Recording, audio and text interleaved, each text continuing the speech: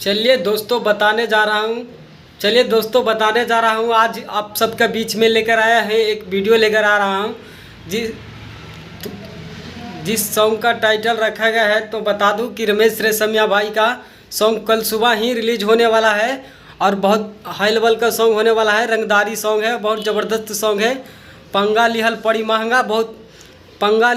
महंगा बहुत high level का सॉन्ग है रमेश रेशमिया भाई का। यानी कि कल सुबह ही 6 बजे रमेश रेशमिया ऑफिशियल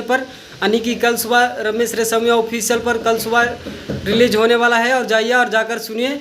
और इसी तरह के सॉन्ग सुनने के लिए मेरे चैनल पर बने रहें ताकि आप सबके लिए ऐसी खबरें लेकर आते रहूं। तो बता दूं कि आप सबको चलती हुई स्क्रीन पर बैनर भी दिख ही रहा होगा ऊपर। तो बता दूं कि आप सबको चलती हुई स्क्रीन पर ऊपर बैनर भी दिख ही रहा होगा।